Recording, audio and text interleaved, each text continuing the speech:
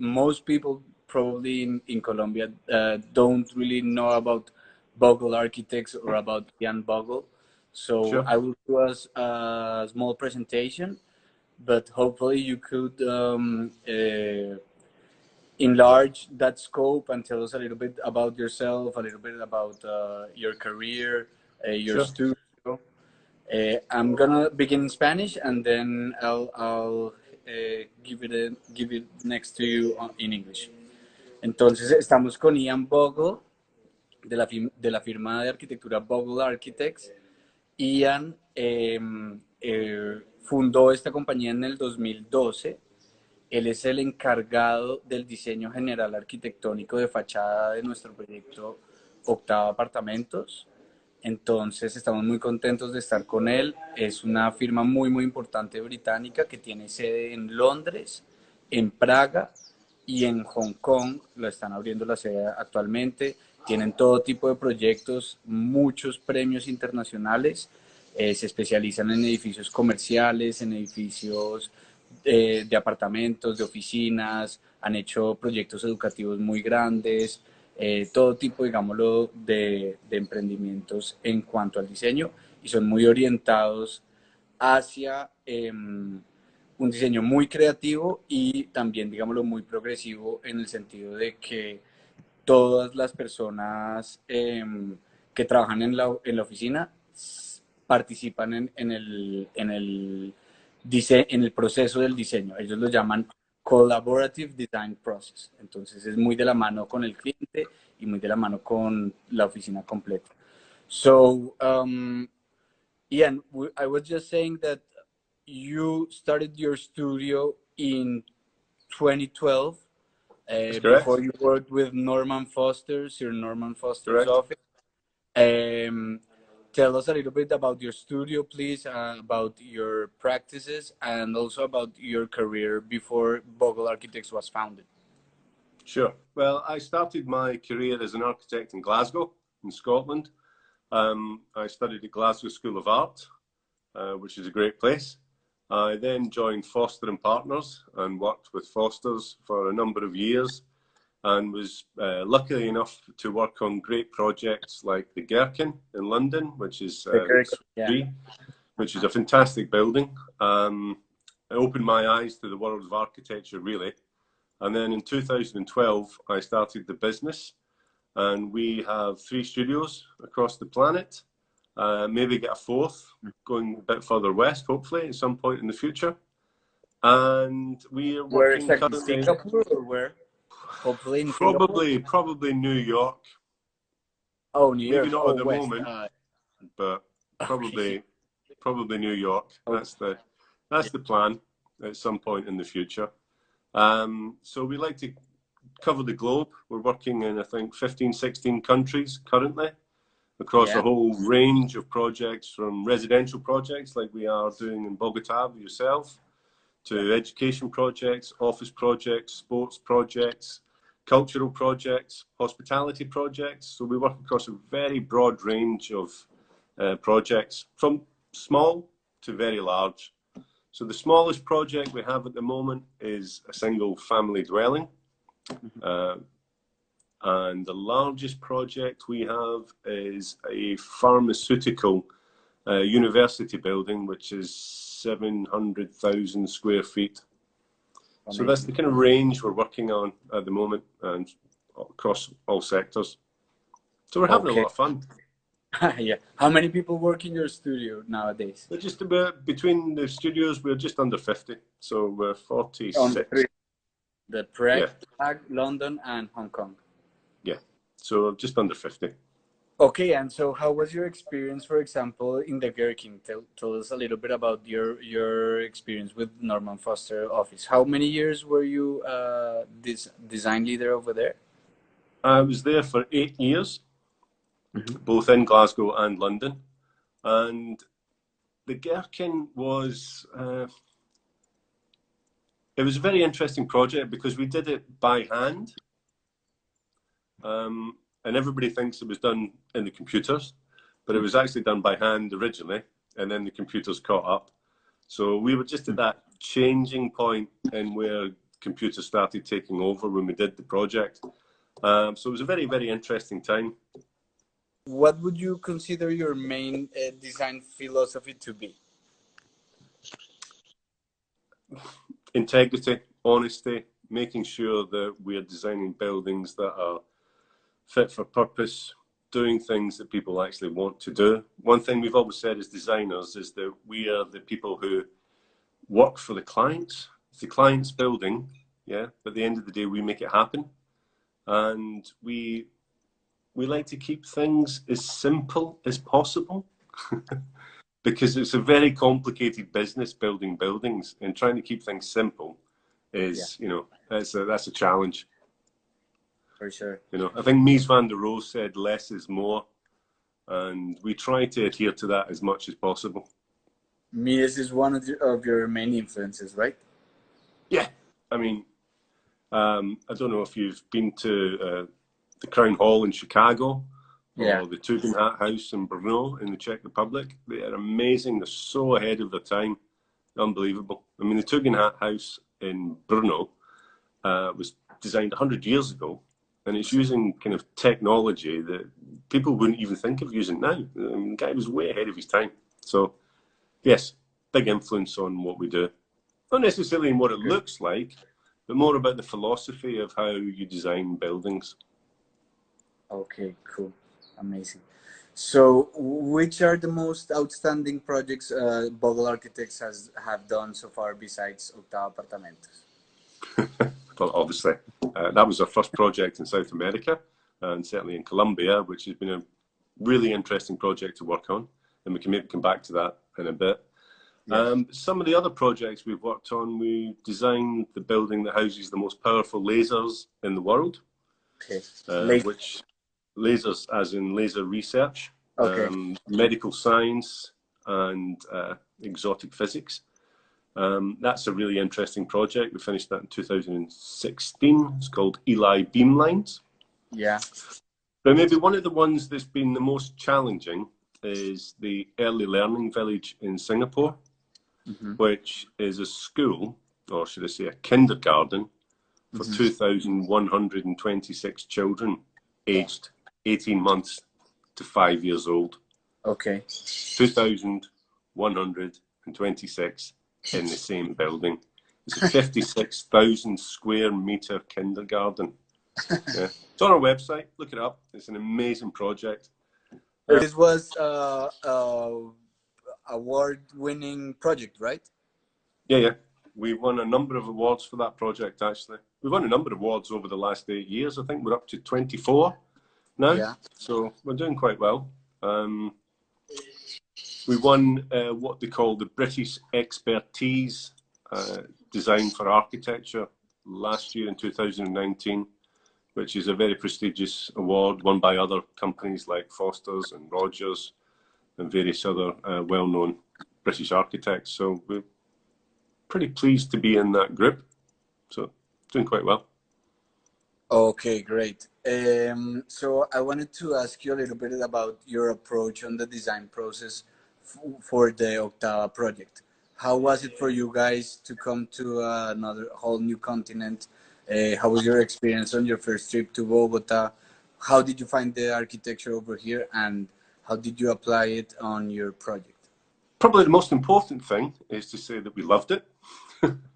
It was a very interesting experience. The first time I'd been to South America myself, and the city of Bogota blew me away, really, to be honest. I think the position of where it sits in terms of beside the national park on one side and then flat area moving out to the other side, it was a really interesting dynamic of the way the city works.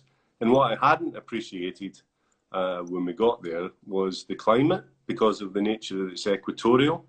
Unlike Singapore, which is equatorial but the other side of the world, it's 28, 32 degrees all year long, and it's always hot and it rains every day. Whereas Bogota, a little bit cooler in the morning, but then beautiful by lunchtime, and you get these amazing sunsets. That just blew me away every day. And it's the same every day. That's fantastic. So that was a bit of the inspiration behind what we wanted to do with the project. And the area that it's in, lots of red brick buildings. And what we wanted to do, working with yourselves, was to come up with something that was contextual, but maybe just a little bit different. So whereas the bricks have a certain texture to them, what we wanted to do with using the stone of a similar colour was to create a little bit more of a reflection, make the building a little bit more shiny, for want of a better word, to try and make it sing like a jewel, not stand out massively, but sing within the area that it's within. So it looks like part of the family of the buildings, but just is that little wee bit different. And I think that was maybe what we brought to the table when we looked at things originally. The other thing we tried to do, and it's something that's very important for all our architecture across the world, is to try and bring some green philosophy, some sustainability to the project. It's even more important now. And I think when we get out the other side of this coronavirus issue, I think the world will start working more together on these issues, and it's a big agenda item for us and has been for a number of years. I think a lot of people are taking it more seriously now, and so elements of greenery, and not just the technical aspects, but also just, you know, a bit of stuff that just makes you feel better. Biophilia, you know, looking behind you, there's trees in the background. It just makes you feel better, you know, and that association with nature, being able to see greenery, being able to see long distance views, it's something that's so important in the way that people feel.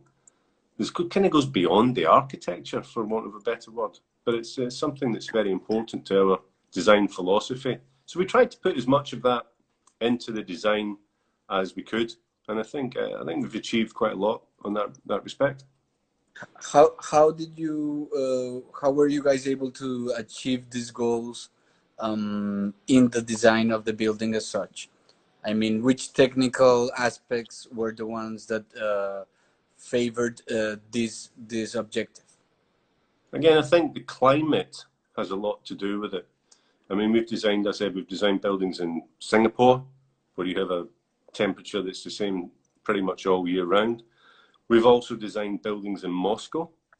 But particularly in the Bogota project, how did you guys resolve it so that it would be more sustainable and more green? Well, that's what I was coming to. In Moscow, you have a huge temperature differential across the year, from minus 40 to plus 40. So that gives you have to deal with the facades in a certain way in those countries. Whereas in Bogota, where you have a much more temperate climate, it allows you to do things that you wouldn't be able to do in other countries. You couldn't do in the UK, you couldn't do in mainland Europe, but in Bogota you can. So you can have larger expanses of glass, which allows you to have better daylight into the buildings. It also gives you better views out. So from the perspective of the building, in terms of the thermal envelope, it makes more sense. But from the users inside, it's actually a very cost-effective way of actually maximising the views that this building actually benefits from because of its location within the city and because of the height that we could take the building to. So they were some of the issues. And the other part that we wanted to do was actually physically put some greenery on and around the building, because it's so important to making us feel better. A little bit about the travertine silver. It's Iranian. We did a lot of tests, a lot of, let's say, ideas of the materiality came, and we didn't decide exactly which was the one we were using until, let's say, the very end. Tell us a little bit of how you guys worked on it, the modules. How was this part of the materiality implanted in a city where you very well said is mostly brick? With all design, it's a process. And we had the vision at the beginning. I think that's important, that we collectively had the vision that we wanted to achieve, something that was contextual but slightly different. And working through the options and working through the design of the facades, we came up with solutions that allowed different opportunities to be sourced, so that we ended up with the product that was the right product for the building within the vision. And I think that's very important in architecture. A lot of people can get hung up about trying to get to one particular material, where we're a little bit more flexible about getting to the vision and allowing what's available at that time from certain locations within what is procurement, and is a really important issue, to actually deliver the product that we all feel is the best solution for the building. And we do definitely believe that it is the best solution for the building through a process of looking at different options along the way.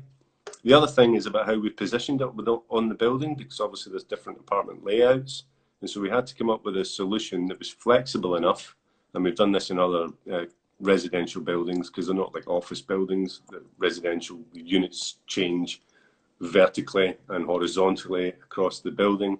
So we had to come up with a solution that was adaptable enough to allow different internal layouts to work within the overall feel and design of the building. Yeah, yeah, because it was very varied. The norm made it become a little bit Correct.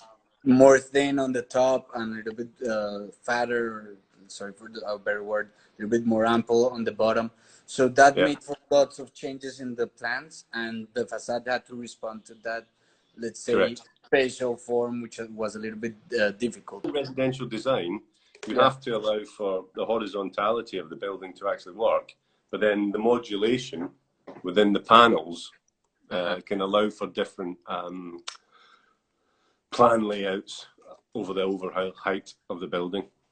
Definitely. I remember when you guys first came with the, let's say, first approach of the design for the facade, you guys talked a lot about layers. You had the glass layer, the, let's say, material solid layer, and the greenery layer. I think those were and there was also the copper, which gave it like the color, the accent. So there were four main layers. Did that approach work for you guys? Do you always use it that way with other projects? How was that experience? We don't always use it on residential projects. It's not so relevant on smaller scale projects, but certainly tall residential buildings, of which I would class this as a tall residential building. The notion of the layers is actually something that's very important. So you have the outer protective layer, if you like, which is the stone.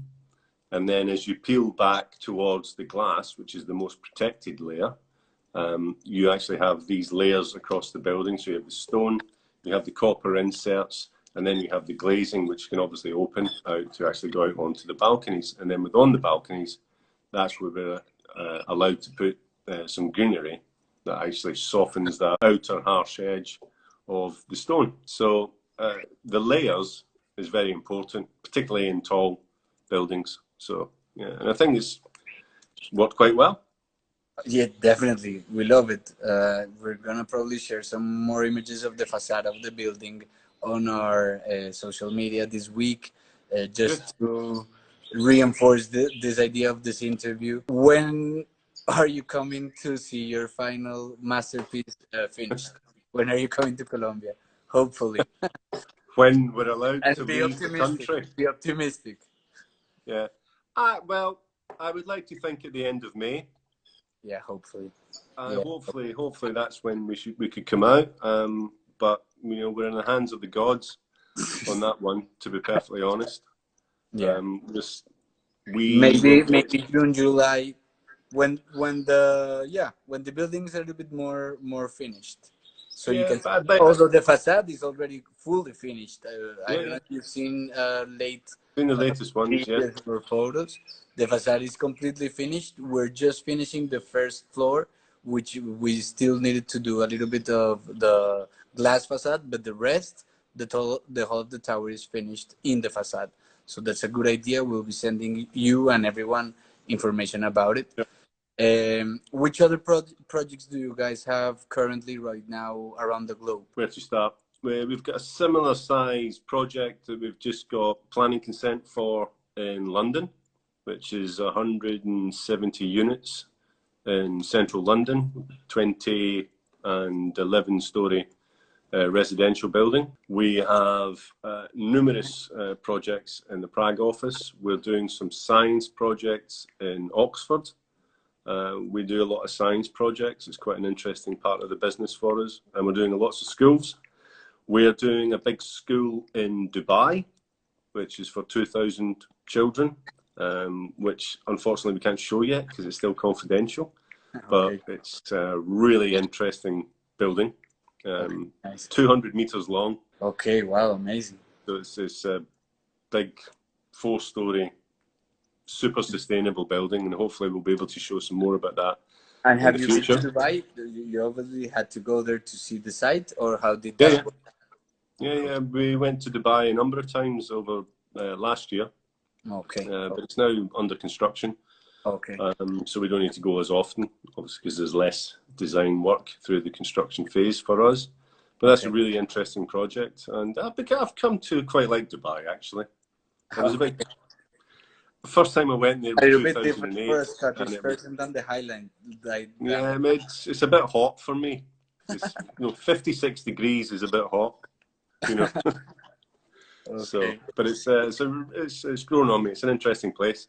And then where else have we got projects? We've got projects in India. We have projects, as I said, in Russia. We have projects in Prague, Slovakia, Vietnam. We're doing more projects in Vietnam, which is a really interesting place. The food's great there. I don't know if the culture, but the surroundings are very similar. There's more motorbikes in Ho Chi Minh than there is in Bogota. Yeah, we want to do more projects in Bogota. Yeah, definitely. So, and all of South America. We're just working on new sites. When we have a new one, we'll let you guys know. You'll be the first to know. We can love to another team like the one we did here. So Ian, and please send my best regards to everyone back there. Hope everyone's gonna do great on the rest of this time. Back here, the whole of the team is watching this, and everyone's really hoping that this will resolve for the best really soon, and we'll keep in touch. Let us know do you want to add anything else, or is there anything I missed? I just think it's been a real pleasure working together, to be perfectly honest. And I love that restaurant that you took us to out in the cowboy place, whatever it was called. I can't remember the name of it. Andres Carne de Res. Yeah, that was great. That was good fun. Yeah. When you come back, we'll go and have a drink over there also. Say hello to everyone back home, and thank you very much. We'll keep in touch. Stay safe. Okay, bye. Thanks. Take care. Hasta luego. Ciao. Bye. Gracias. Bye.